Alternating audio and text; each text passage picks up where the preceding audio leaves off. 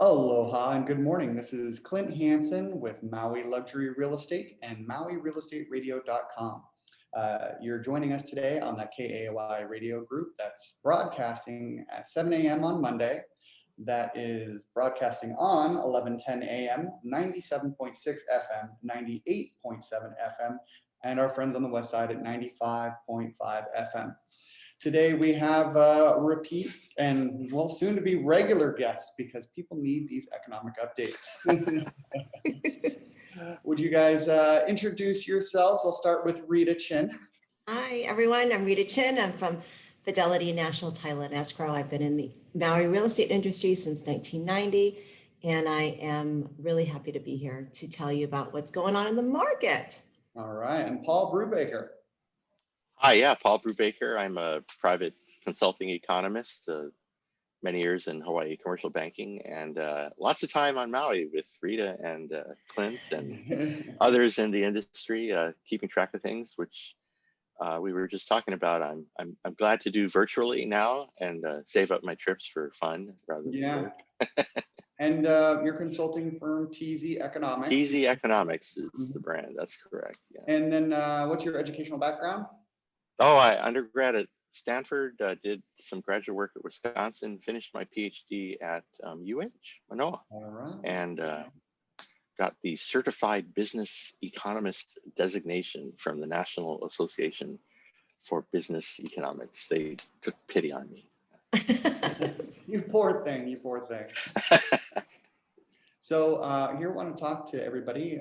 Obviously, this is Maui Real Estate Radio, so most of the things are geared around the economy and results to real estate and how the real estate market is doing. And of course, the residential side is absolutely bananas right now. I have over 13 escrows and have been very, very, very busy. And the financial markets play a big role in the liquidity of things. So obviously there is another side of the coin too. Real estate is just a small aspect. It's where we all live. And that's affected by a lot of external forces, not just the local economy and business. So when it comes to that outside and tourism and retail, of course, those are suffering dramatically, restaurants and whatnot. So first, let's talk a little bit about the economy, broadly speaking, in the United States and how things are going. And then we'll kind of focus a little bit more towards the financial markets and some of the concerns coming up, even though right now the residential market is doing good for a great variety of reasons. Sure. You want me to start with a little bit of a macro overview? Yeah, let's do the macro overview. So it's been a year since, it's been almost a year since we were told that like a miracle, it would disappear. And by a certain ex-president. And it's been a year since I remember the LG February 2020 reassuring everybody that Hawaii had no confirmed COVID-19 cases until I sat in a room on March 6th with the head of Dr. Desmond, the head of the testing group over at the Department of Health's infectious disease branch. And we were on a TV interview and he said, oh yeah, no, we didn't start any testing until March 4th. And I was like, wait, so we had no cases because nobody was tested? So that's how things were a year ago, if you recall. And then we all freaked out and went and bought toilet paper. And then we all hid out for a couple months, and that crashed the economy pretty hard, about a 30% annualized decrease in US GDP in the second quarter, 40% in Hawaii. And then a not quite equal, but almost as dramatic rebound in GDP in the third quarter as we came out of our caves to see the sunlight. But unfortunately, many people did so without proper safety protocols. Mine, insufficient mask wearing. The bikers all had to go to Sturgis, South Dakota, I think it is. And so by November, North and South Dakota were the most toxic COVID infested or SARS-CoV-2 infested places on Earth ever. And we had a really hard fourth quarter where things started out really optimistic. At one point, I think GDP Now, the weekly forecast of contemporaneous GDP growth from the Federal Reserve Bank of Atlanta, at one point it was forecasting 11% growth in the fourth quarter, pretty good numbers. The final number was 4%, and so the recovery stalled a little bit on the ascent and is trying to find some traction right now. It's reassuring as case counts, and I think over the next several weeks we'll see mortality abate. Some of that seems to be seasonal. It's a little too early to attribute to the vaccine, but we know that that's coming, and so the anticipation of economic recovery and maybe even tourism recovery by this summer starts to become more real.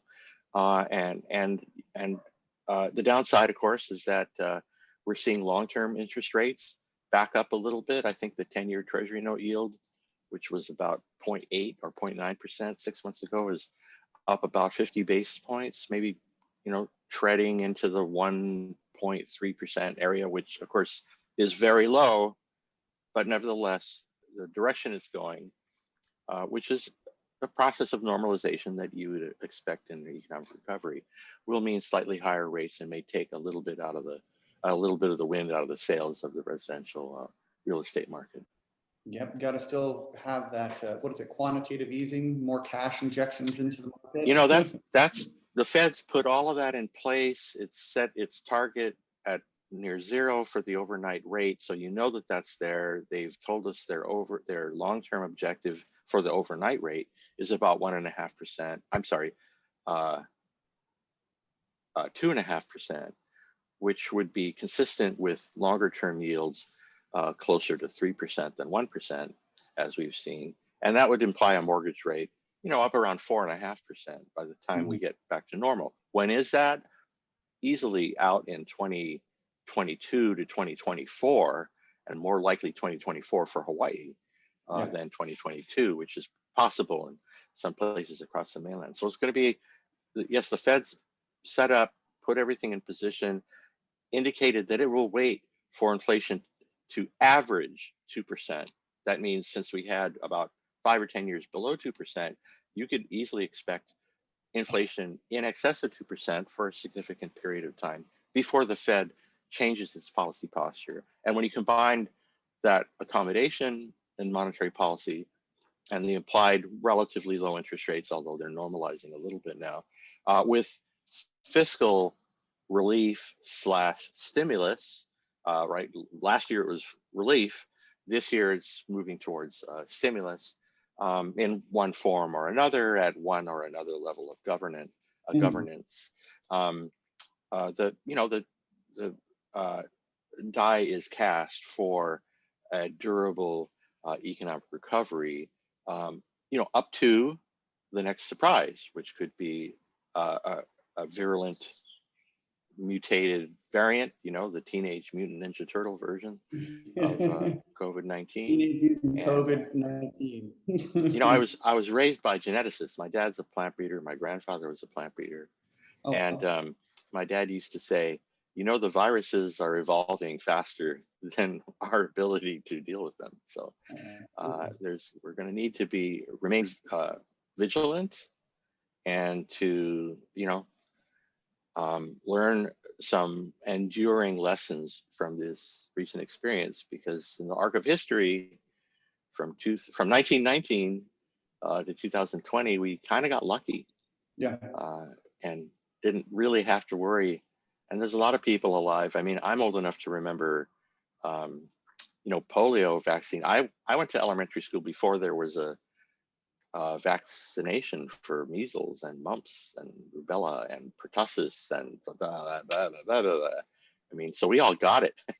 I got mumps, I got measles, and thankfully I didn't get polio because that did come along. But that memory, right? Some of the baby boomers lived it. Many of them have forgotten it. Fewer still have heard the stories of the 1918 pandemic.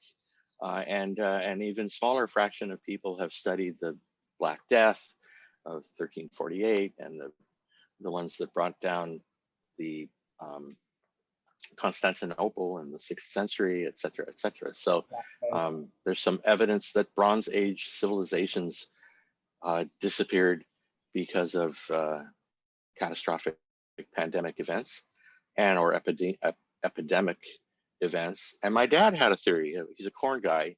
And he had a theory that it was a maize mosaic virus that came across the Caribbean, wiped out the staple crop of the classic Maya civilization that contributed to its downfall because the genetics is all there. So the anthropologists disagree, by the way, but I'm just saying there's a theory out there.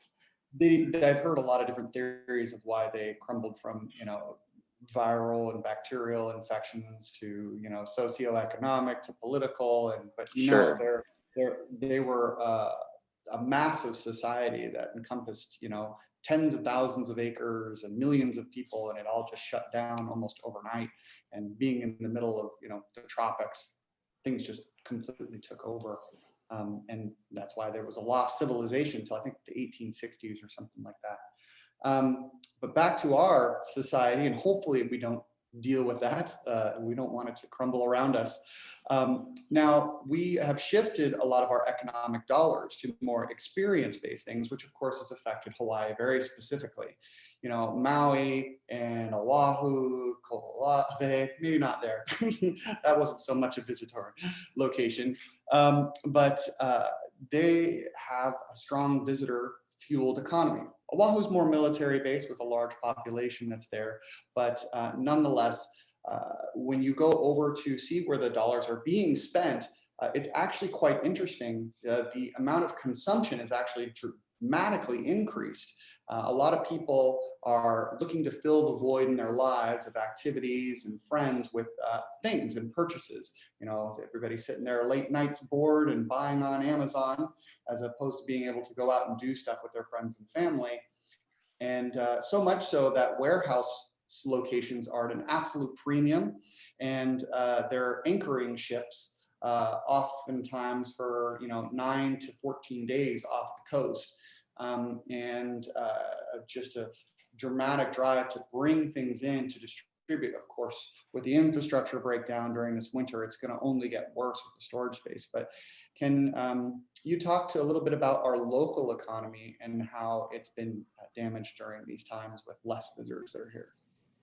Sure. Well, there's a combination of structural attributes and structural changes, attributes that were characteristic of the pre-COVID economy, some of which will persist, and then structural changes that were accelerated, if not precipitated, by the coronavirus pandemic, and both are having outcomes which you identify correctly as possible sources of opportunity, as well as risk to people comfortable with the way things used to be. In terms of the structure, you correctly characterized the neighbor island economies being more tourism oriented, maybe 40% of GDP or value added, almost half, directly and indirectly attributable to tourism exports, right? These are sources of income or expenditures from overseas that we sell to people from other places.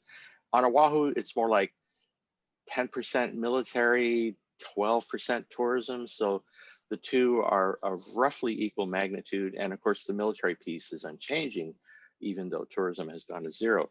So the neighbor islands took a much bigger hit and have a much deeper hole from which to climb out of. And each of the neighbor island counties, in turn, is challenged with, trying to dial around the protocols. There's some confusion about, varying rules from place to place, but obviously a strong desire by communities to be in control of themselves as a destination and the rules governing, the comings and goings.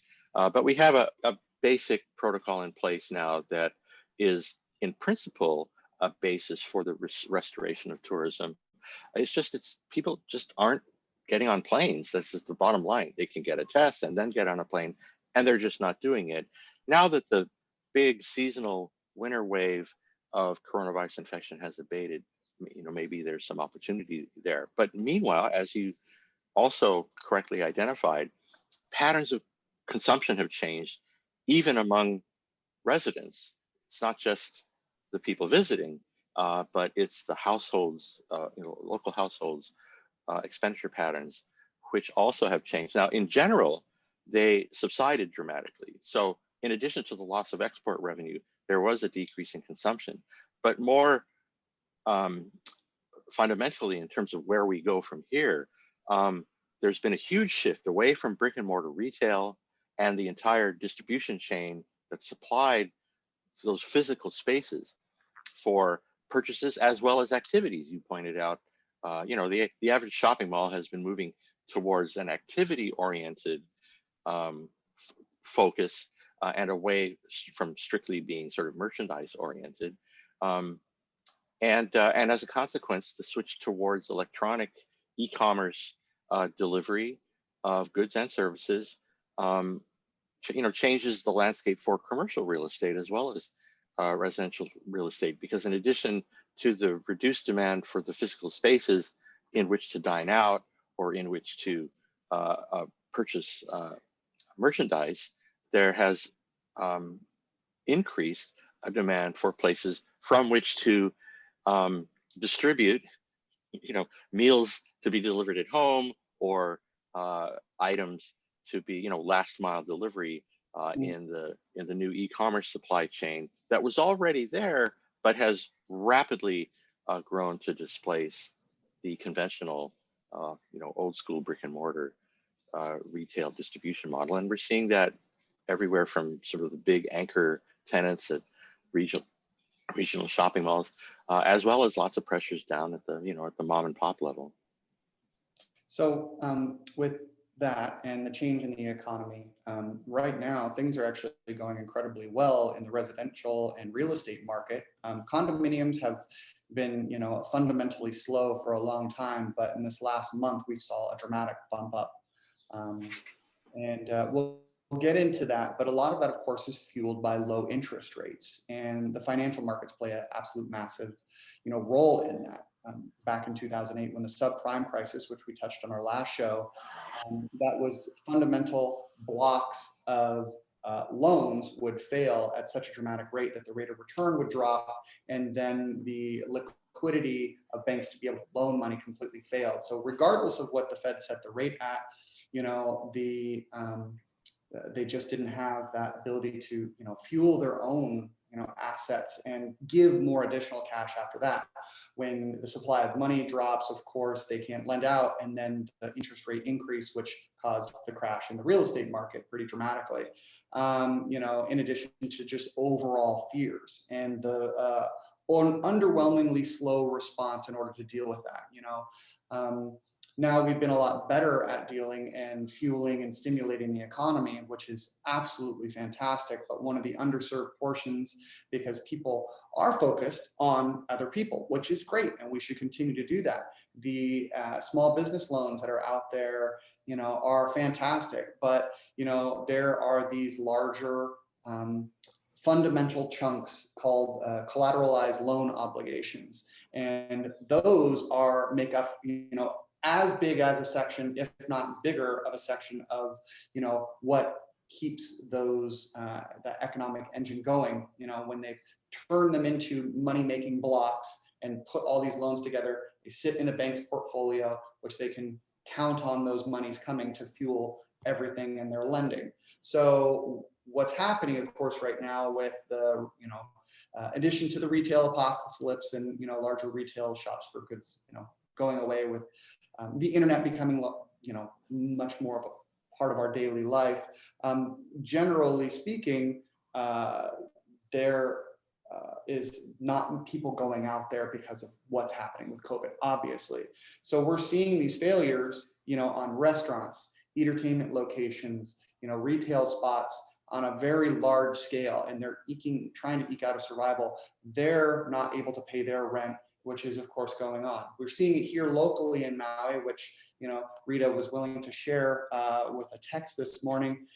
You saw the, what was it, the business for our local Business ahead. news that lenders are foreclosing on the Pomona Mall. Yeah, and Yeah. then another mall on the Big Island as well. And So it's that ripple effect. yeah, and hopefully, if the current administration is smart enough, they'll put, stop gaps in place to help these places survive, even though I think eventually they're going to have to shift their paradigm and move to more entertainment-based things like internal go-karts and, places for people to go. And, that's why people are starting to put DMVs inside of malls and, semi-school locations, because they need to diversify as opposed to just being the standard stores that you see in every mall in the United States. So that being happening, what are you seeing? Have you done any research on these loan obligations, these blocks, for Let me approach this area of interest from a layering standpoint and start at the foundation, which to which you referred earlier, which is kind of the plumbing, of the financial system and the credit flows, which was impaired in the financial crisis in the early 2000s and then had to be rebuilt. And so it's much stronger. There's more rigorous attention to credit worthiness built into the structure of the financial industry, which, like retail and other sectors, has become more fintech oriented, right? The brick and mortar is disappearing in financial services, just as it is in food services or retail distribution. A majority of mortgages today are originated online. And last time I checked, which was 2 years ago, the nation's largest mortgage lender was Quicken. So that architecture, that plumbing system, so to speak, was rehabilitated, made stronger, made more resilient.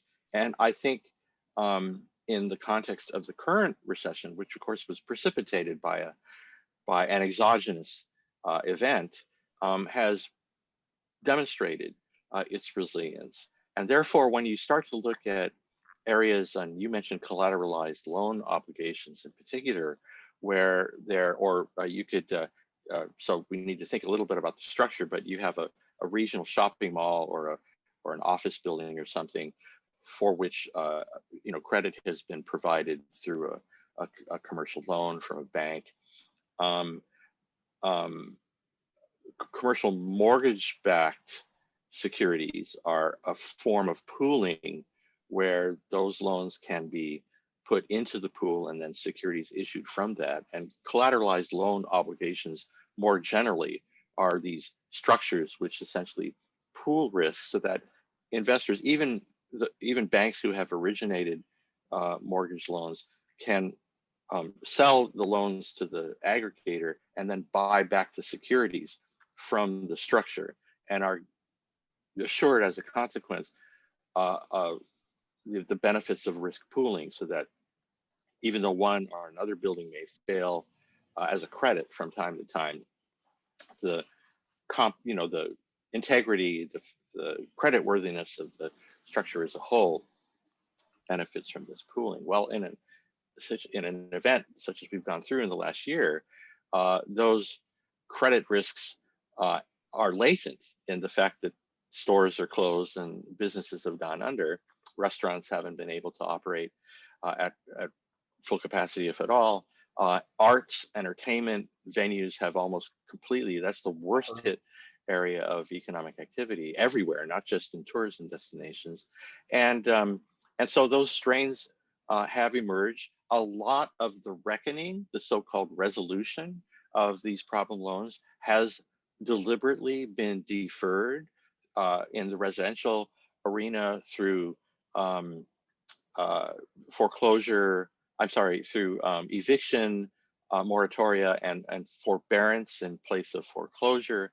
And to a certain extent, that's also occurred on the commercial side. How it's been a year, however, and you can only sort of move those dates out into the future for a finite interval before some kind of resolution structure, some kind of protocol and algorithm, if you will, a rule governing, how much of a haircut the building owner versus the tenant will have to take, or how much of a haircut the lender or the lender's shareholders versus the borrower will have to take. And we go through these kinds of crises from time to time. It's usually the case that they emerge within the credit system. Again, in this case, it was an exogenous event that affected all of us. It's sort of out of the blue and into the black, and which gives it a special status, which makes it one of those events that we don't just go out and foreclose on everybody. Yeah. But we're approaching that moment where so creative minds have to be brought to bear on the resolution process. And I think that'll be a project for 2021 writ large. That's my big project. I mean, while the creditors are going to the mall right now and talking to them and starting the foreclosure processes aren't something that happen overnight. They take months, sometimes years, to go through, consolidation of debt so that that loan can be serviced better, and federal assistance. So in all likelihood, you're not going to see the mall shutter. There's just an economic pressure right now that's going to need to be resolved one way or another. And dependent on how the government creates programs to help alleviate these, inequities in our system, it's up in the air right now. And that's my big fear. I mean, the reporting that I see on these blocks is so delayed. I mean, they're, 3 to 4 months behind, unless, you have a specific panel in your industry, kind of upper banking management. And I don't know if you could shed any light on how the failure rate is going right now. I have no idea. I'm a retired banker technically, Yeah. so I don't have the same insights that I used to. But I will say this: the Hawaii is a judicial foreclosure state, and there's a reason why, for better or worse, that it has chosen that particular structure for resolution process, because it's ordered and people know what the rules of the process are, and the intent is to facilitate orderly transition and facilitate orderly exit rather than disorderly or chaotic additional disruption to the economy.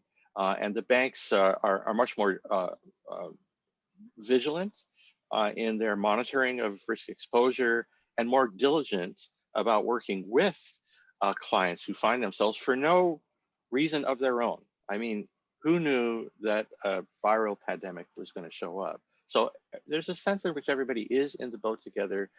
We should try to have a little faith in the nature of the structure that's already there to resolve these problems. And as quickly as possible, I would add, to encourage our leaders to embrace opportunities to facilitate a change and transition where they present themselves in a novel form which has not been experienced or realized earlier. So give an example I heard on a webinar the other day. If you're a venture capitalist and you have an idea to start up a new tech company, how many regulatory obstacles exist between you and the realization of a conversation with investors? Not that much. Okay, how difficult is it to open a restaurant or to start up a nail salon? If you just think about the licensing and permitting requirements to start a very mundane, sort of ordinary run-of-the-mill business, as opposed to one of these, big data or AI or novel, software or internet-oriented businesses, it's a problem. It's a problem at a moment where we need to get the economy as much as possible, get the Maui economy as much as possible moving in a different direction. How hard is it to build a house on Maui? This would be the time to make it less difficult. And I'm hearing stories about, is it the 201H blah, blah, blah. The fact that there's like a 201H blah, blah, blah to begin with, not to mention that certain leaders in the planning or home building political community on Maui are suggesting that there should be a 75% affordable housing quota in 201, which is the accelerated format for, I mean, okay, 75% of zero is zero, and that's what you're going to get.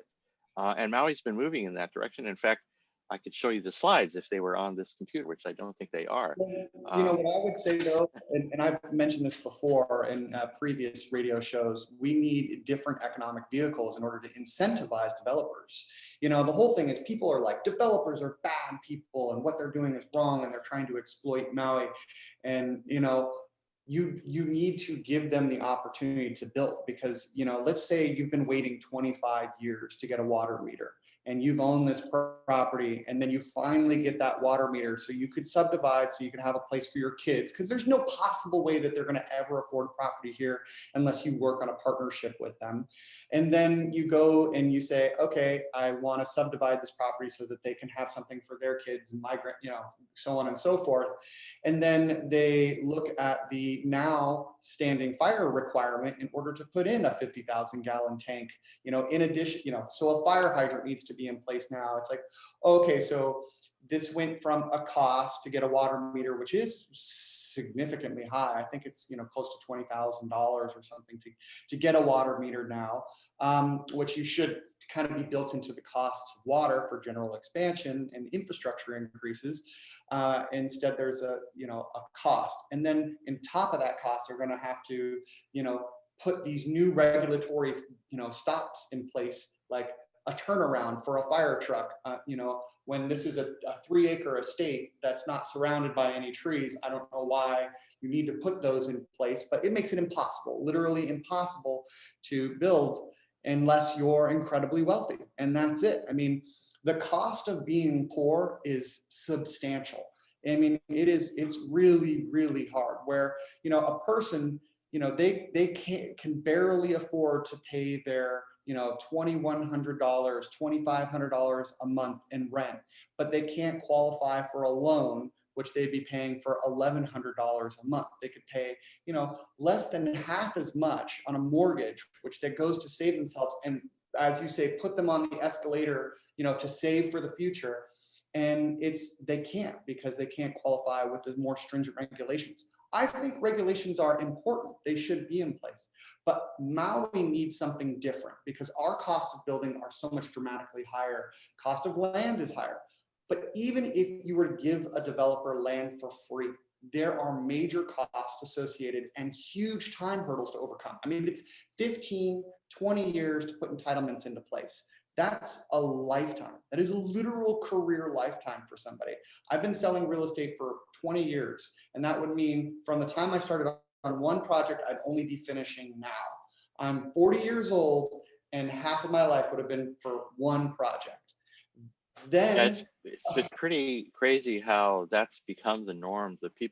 Some of the people I've worked with, I've worked with one client that waited 20 years, took 2 trips to the state Supreme Court, went to the Land Use Commission 3 different times, the state Land Use Commission, not to mention whatever county barriers to entry had to be surmounted. And to be fair, because of the urban character of Oahu, those barriers don't seem to be quite as much of an obstacle as on the neighbor islands. But I will say this: if you look at the housing economics literature, Honolulu is notorious as the most difficult metropolitan area in the country, you know, empirically, in which to build. So 20 years is kind of the norm. I'm working with another developer who's been, I'll put it this way, I once met the CEO. So there's the landowner and then the company that was going to build the homes. I went to the CEO's retirement party and I asked him, you know, what was his proudest achievement? And he said, well, I actually didn't have an achievement because I've been here 30 years and we haven't been able to build these homes. Yeah. So that's, and he has entitlement. And if you think about that's a whole nother thing. Even when you have entitlement, you don't have entitlement. So that's the new thing in Hawaii. Entire teams of payment, millions upon millions of dollars, you know, just basically sitting there, you know, on the hamster wheel, going and going and going. People think that those costs just get erased. Okay, no, that's how much you got to put the money in the land. It's like, oh, okay, It's not just the bricks and mortar and concrete. It's that entitlement that is the major cost associated with building. It's like, oh, people look at it like $200 a square foot, $250 a square foot in order to build. That's not too bad. No, no, no, no. You got to think of all the stuff that it took to get beforehand. Oh, sure. And the opportunity cost of capital for 20 years is work on a method. And my whole thing is to use the only real resource that Maui has in order to build properties. I mean, we have billions of dollars that get funneled off to foreign corporations and off-island corporations through tourism. If you were to build neighborhoods, and we have about a 10,000 home shortfall in Hawaii, and then you had those tourism dollars going to subsidize the costs, then that would incentivize developers to put the time and money into build those neighborhoods and then bring them down to a controllable cost. You can say, hey, 2-bedroom place, 250,000, 3-bedroom home, you know, 350,000, a 4-bedroom home, like an actual place for people to live, 450,000. It puts it barely into the affordable range for, you know, the massive shortfall we have. And it actually creates a vehicle that benefits specifically the local economy, not just foreign interests. So those monies go into the developers who live and work here, the construction crews that live and work here, the equity that goes into building the home goes to the people who are getting these tremendous deals. And then it helps stabilize the affordability of Maui's market. Right now, all the available homes, you know, are being fought over by, you know, people coming from the mainland that want to work from anywhere, which I totally understand. And I would want to be in Maui too. That's why I'm here. But the problem is we've been out of work for 9 months and they can't pay their mortgage. They're like, well, geez, I should probably either A, rent out a room, or B, sell my house. And the funny thing is people aren't selling their homes because they're getting the forbearance, which the very, very limited inventory is just skyrocketing. I mean, I know people were talking to me on the internet, you know, 9 months ago, and they're like, oh man, prices are going to drop. And I'm like, no, they haven't really increased even since 2008. They have barely, but we haven't seen a spike yet. We are going to see a spike. And with liquidity coming in, you're going to give more people the ability to buy. And with these huge paychecks that they're getting from their corporations in the mainland, where, you know, $250,000, $450,000 a year, they're have no problem to afford a place, even if they're just going to live here for 6 months and then, you know, rent it out long term or whatnot. It's a good investment because I've had people contact me on a regular basis looking for a place to rent for $50,000 a month. They're like, I'll spend $50,000 a month.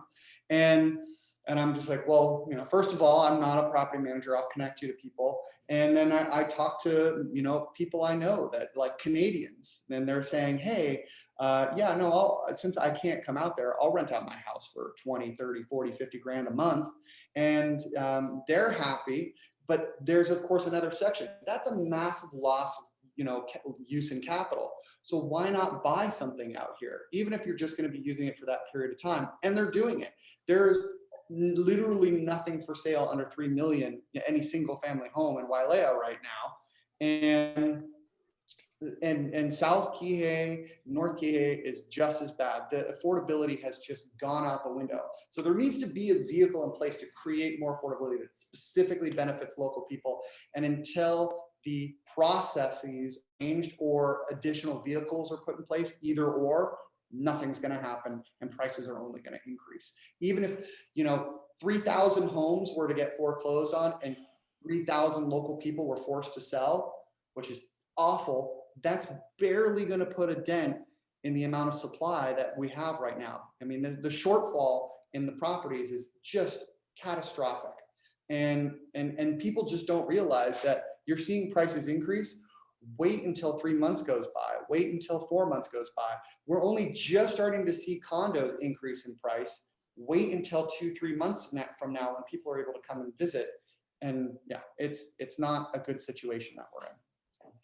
Yeah, this among the many novel impacts of the novel coronavirus is this phenomenon of remote work and telecommuting, which existed in a small portion of the workforce pre-COVID, but has become a much larger fraction of the workforce. And even though, we expect some of that to go back to more of a pre-COVID configuration, there's going to be a permanent increase in the proportion of workers who work remotely, and as a consequence, literally can live on Maui and work elsewhere.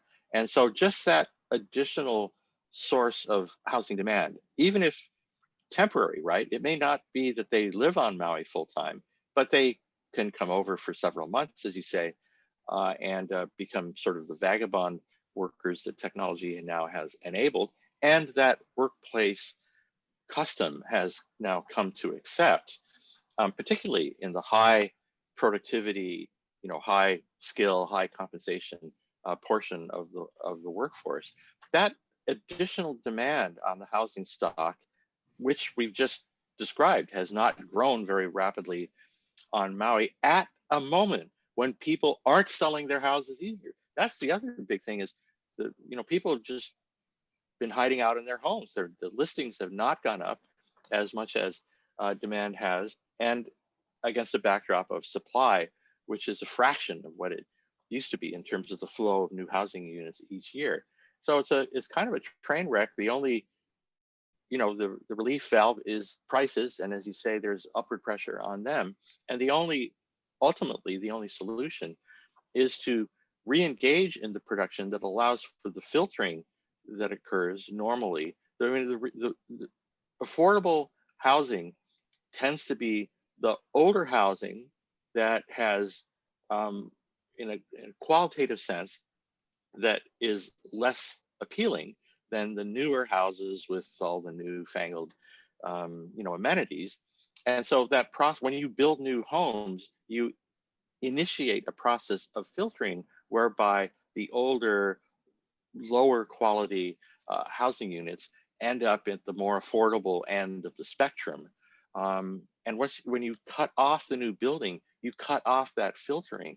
So we all, everybody's first house is actually a bad apartment in some complex that was built in 1963 or 1957, two-story walk-up. And then you move to some, your first house was some old plantation cottage that was built in 1949. I'm just saying that's the process. That's the actual process by which people enter the housing market. They don't, people don't buy a $450,000 house the first time out. It just doesn't work that way. But when you cut off the production of the new houses, you inevitably cut off the availability of the affordable, older, lower quality units that, houses last longer than we do. That's why they're still around. And I mean, you say $450,000 house. I just listed a Kihei Shores, 2-bedroom, 714 square foot place. It's nice because it's a townhome. There's nobody above you. Yeah. You could have gotten into it like $350,000, 5 years ago. Yeah. And now I'm listing at $450,000. I mean, that's a 2-bedroom place. And that's as much as a house was, 10, 12 years ago. And so it never has been, as you point out. The whole point is to get on the escalator. Yeah. But the problem is that it's always moving. And unless you have some place through which to get in to the market, those older, less attractive units, you're not, and if you're not building them, they will never be there. But what's happened, of course, since the pandemic is this entirely new source of demand has shown up. The solution is not to, join some political organization opposed to the, to new people coming to Maui, because that never works. And besides, all of you guys are new people that came to Maui. So shut up already. We all are. Right. So, it surprises me statistically how many Native Hawaiians are in the mainland. There's more Native Hawaiians in Vegas, I think, than all of Hawaii. There's more Irish in America than there are in Ireland. I mean, you just described the history of the world. But yeah, we all came from somewhere else. Maybe we didn't paddle here, but yeah. you know, and upward mobility of all people throughout. And that's what we want to really see. We want to see There you go. all that vehicle to be able to come back to Hawaii that are from here and reinvigorate the culture and society. Unless we have systems and places to give that as a possibility, people are going to have to go where it's more affordable. I mean, they need to, the cost of living is the #1 cost out here. And there's plenty of people who are going to be willing to buy. And it's a lot of, you know, feel of like creating or getting value. You drop something 2%, people think that they're getting a steal, even though it's, you know, 15% of where it was just 2 years ago. And I think, you know, we need some of those mechanisms in place. Speaking of that, I know you're time sensitive. Are you able to stay for the rest of the show, or do you need to go to your next meeting? What time? How long are we going here? Because we'll probably got turns out another 20 minutes, I think. Oh yeah, okay. It turns out the thing I thought that was happening in 5 minutes happens in an hour. So. Oh, beautiful. Okay. I think So, I should have done that, but. To say that and really get an understanding of where we're sitting right now, I'd like to hand it off to Reta Chin to talk about some of the local economy. Please. And our. Yeah, I'd be curious to hear. And by the way, the first podcast I was ever in was one done by Reta on her iPhone. Oh, beautiful. So that's right. And Paul, it's so good to see you. So what have we learned? We have learned, one, that we can live honestly remotely, working remotely. We can live really anywhere with the kind of jobs. And that's what we're seeing is this huge influx. And I'm going to get to stats in a minute. I think what COVID has taught us is that life is short. So we're seeing a lot of people, even a coworker, moving back to the mainland because of all that's happened and wanting to be near family. So I know your listeners can't see my screen, but you guys sure can.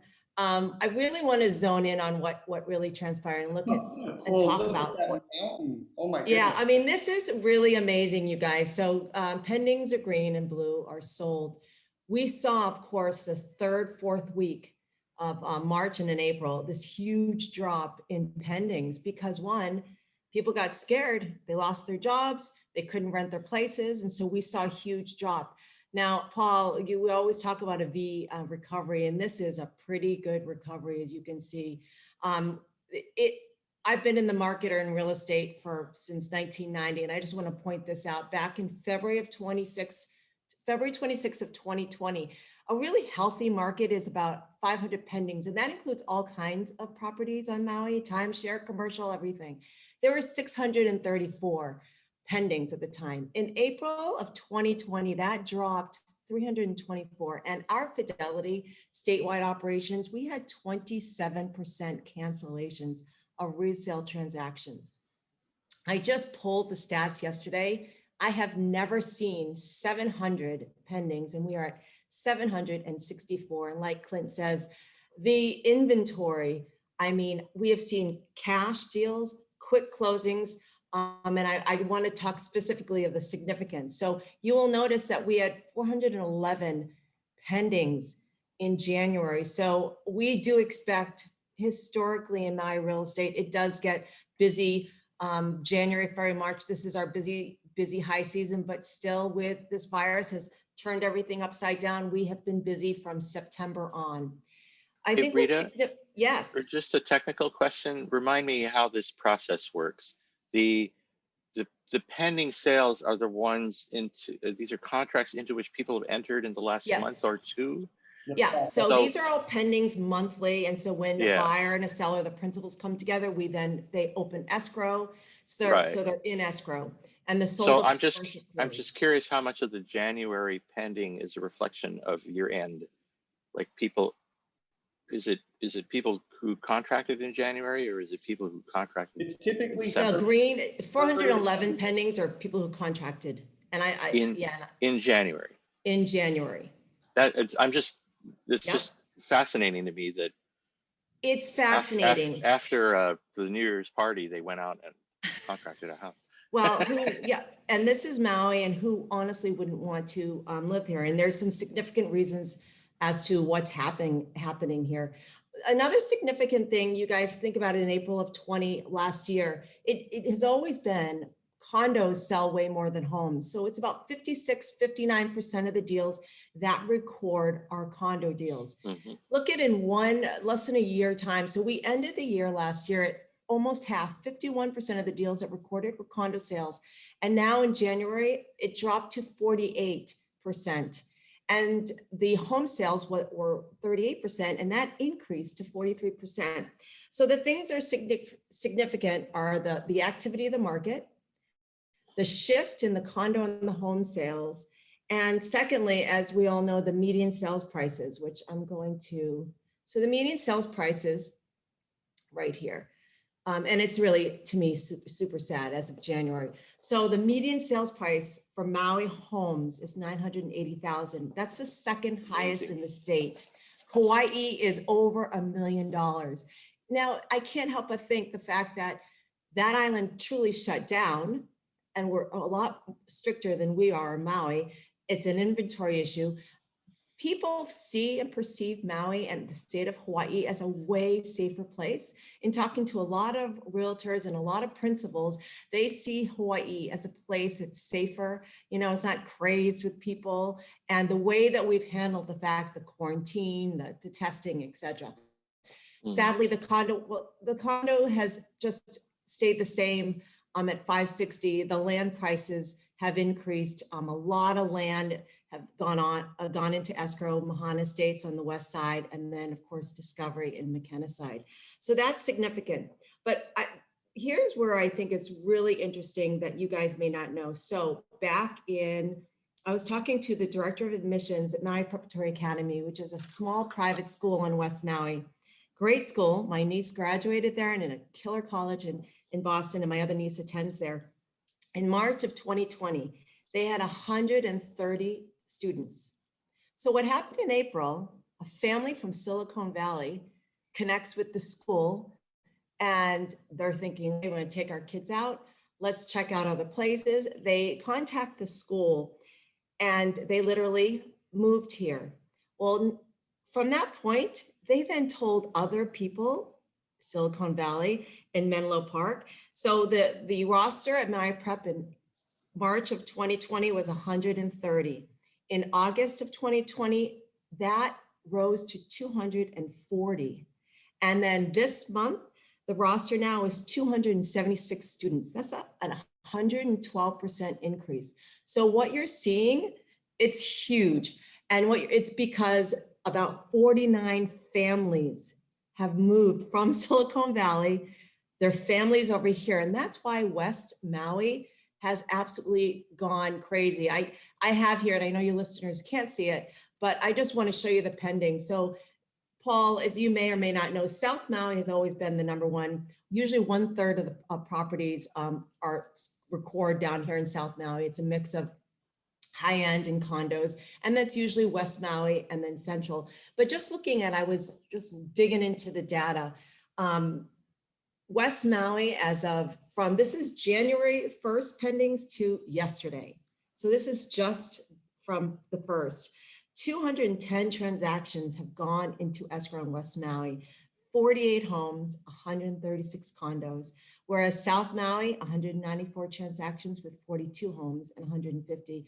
What we're seeing is those families, there are a ton of families. So they're capped out at Maui Prep in certain age class groups in their roster, but that is what we're seeing. What's really driving the market on that side are these families. I did notice in the closings in January, there were about a dozen Kahana villas, which is the McKenna high-end condo closings. They're listed, they sold from 4 million to 7.5 million. So about 10% of the closings in January, just to give you an idea, home sales, 10% were over $3 million. And 10% of the closings for condo sales were over $3 million. And where are they happening? It's South Maui and West Maui. So it's significant what's happened with COVID, changing people's perspective of life, their perception and their ability to work outside of their home on the mainland, and then coming over here and finding this place, which we all know is just a beautiful place. But as you want to point out here for West Maui, since January 1st, they have 38% of the pendings. 4 out of 10 properties are going in escrow on that side versus 35%.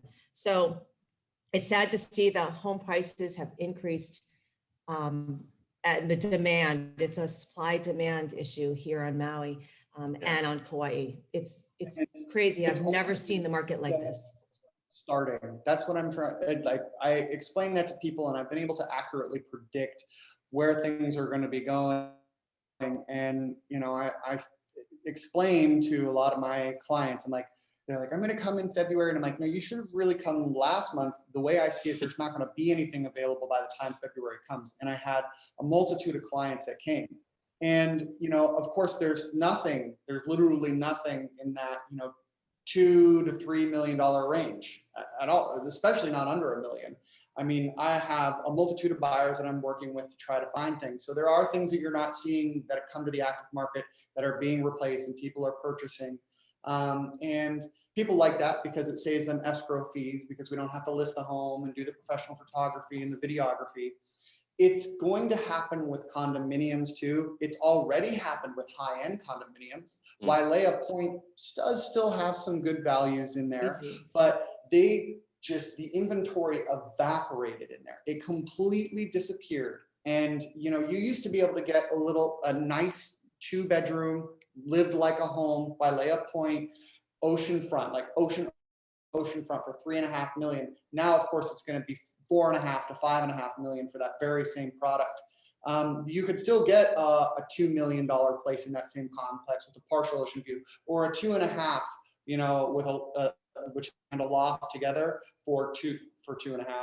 But those lower condominiums that are, you know, 900,000 to, you know, 500,000 and 500,000 and under are going to be gone by the end of April. It's not going to exist at all. They're going to all disappear really, really quickly. And people don't seem to really understand that when I say it, that, you know, you have a lot of people, and a lot of the older people are getting vaccinated. They're finally able to come out here, and they can come to a place that's relatively open. They can walk around. The weather's better. You know, it's not -10 degrees for weeks at a time.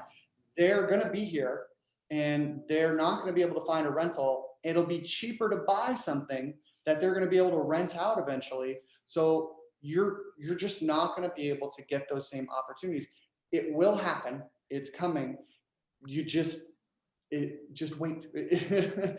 So, you know, in January closings, I was looking at this. So January closings for condos on Maui, the average percentage, owners got 98% of the list price for condos. For homes, 97%. What we're seeing, Paul and Clint is involved in so many of these transactions, multiple offers over list price. And just this morning, if you have a buyer, I noticed that a Wailea home just went on the market for less than $3 million. So we know that they're going to have so many multiple offers on that, so many showings on that because of the demand. And it's crazy to see the median sales price, the year end. So last year, January 2020, we started where the median sales price for a single family home was $741,000. 1 year later, 980,000. So when you look at someone who wants to put a 3% or 5% down, that's $30,000 to $50,000 they're going to have to put down on if they're on a median sales price home of 980,000. Let me jump in with, and I presume I'll get an invitation to come back by the Realtors Association in the summer and have an opportunity to look at the data, which I have not. So just as a warning, you're showing me the data and I'm going, wow, I can't wait to get into this data set. And I customarily do every summer, but it's winter right now. But with that caveat, here's what I think the data will show. And so let's just curb our enthusiasm a tiny bit, or concern, because yes, going from 750,000 to just under $1 million at the median, it's probably in a 12-month period is not sustainable. So let's think for a second about why it might not be bubblicious either. It could be that, and we've been through bubbles, and we don't want. We've been through bubbles. Let's not have a Japan bubble again. Let's not have a subprime bubble again. But there's definitely what technically we would call an impulse response that seems to be working in these data sets. And I haven't been through the data set, but my guess is what's going to happen when I do is you'll see those high-end deals we're talking about pulling, if you can think of the distribution, you know, it's Yep. not a bell-shaped curve because most of us are peasants and live in a small house in a neighborhood, you know, somewhere close to work. And then out at the tail end of the distribution is, you know, Barack Obama's crib. And so when there's a bunch of those transactions, they tend to pull the median over.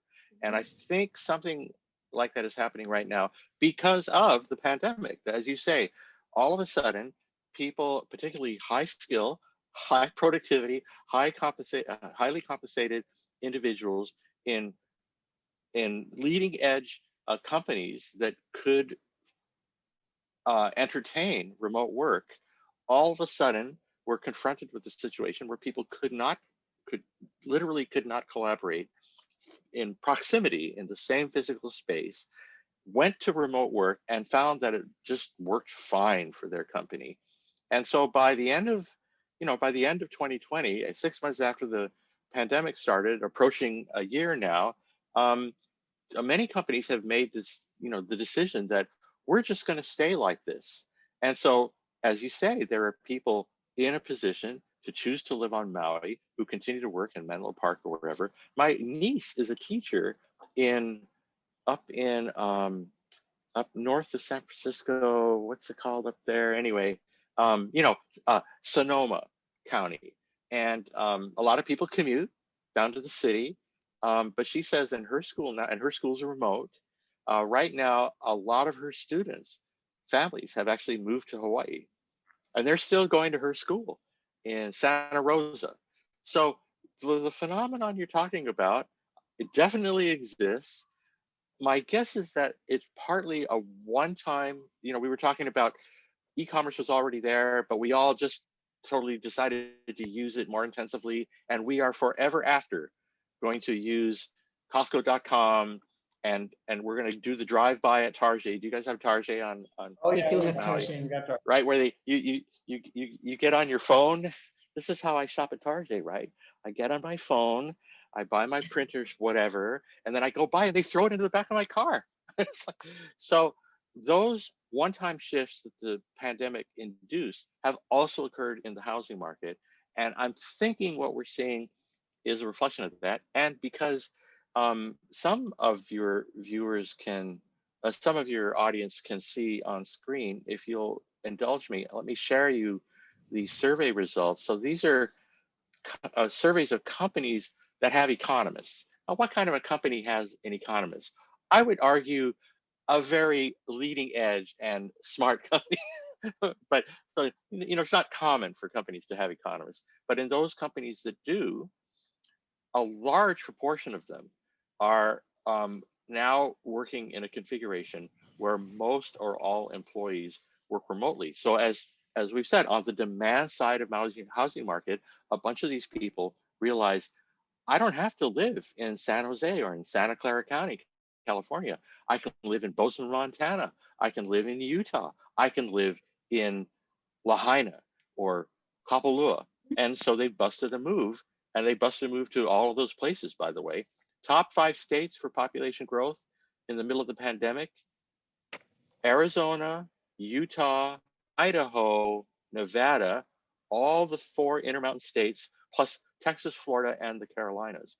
On the supply side, as we just talked about, what's been going on Maui? Here's a half century of data on the numbers of housing units authorized by building permit in the upper left-hand corner. It's been declining for 50 years. You can see the trend decline in the lower left of this graphic, and you can see how the trend decline accelerated, how it went down at a faster rate after Maui adopted its 50% affordable housing rule. And you can see in the upper right-hand corner the decomposition of the home building cycle, which is or was in the late 2010s, pre-COVID, going into the downturn of this long-term housing cycle. So on the demand side, you have possibly a one-time increase from remote workers, and I imagine after a year, the dust will settle. Everybody will have moved to wherever they were going to move, and the thing will settle out. But on the supply side, there has not been a response. There has not been additional homes. So they're all it's musical chairs, it's musical houses. There's more people running around, and as soon as the music stops, there's somebody without a house, and that tends to be the lower income households. Well, thank you so much, everybody, for today. I really appreciate you coming and discussing, the current economic state that we're in right now. Hopefully, people will come to the realization that inventory is what really drives price. And, they think that if you can, even if they forced 100% affordable for development and they didn't allow any more luxury property entitlements to come into place, it really doesn't matter because there's other encumbrances that prevent affordable property. And until you create a means to actually make it more profitable or even possible to create affordable property, it's simply not going to happen. So thank you so much, everybody, for coming today and discussing. Paul, Rita, thank you so much. Great to see both of you guys again. Good to see you, Paul and Clint. Yeah. Look forward to our next show, and I think probably April for the next one, just given where things are going to be. And we are, absolutely. We're broadcasting on the KAOI radio group. That's 1110 AM, 97.6 FM, 98.7 FM, and our friends on the west side at 95.5 FM. And you can always go and listen to any of my podcasts or watch our shows like this through Zoom at MauiRealEstateRadio.com. Bob and Donna Hansen and I, and we now have a team of 19 different agents in our office that we work collaboratively with. We're like a big family, and it's a great place. Our website now has, I believe, 42,000 unique individual visitors coming to it every single month because of the information that's available on it. So if you want the beach cam. Yeah, and the beach cams. I use it. Yeah, if you have power at your house, you can see what you're missing in Maui. And that's at MauiRealEstate.net. And so that's MauiRealEstate.net to search and look at all the listings that we have, as well as everything that's available on Maui, the tax information, statistics on all the different condominiums and trend lines, as well as these statistics that we talked about today, or just listen to our show at MauiRealEstateRadio.com. Aloha. Bye, guys. Thanks.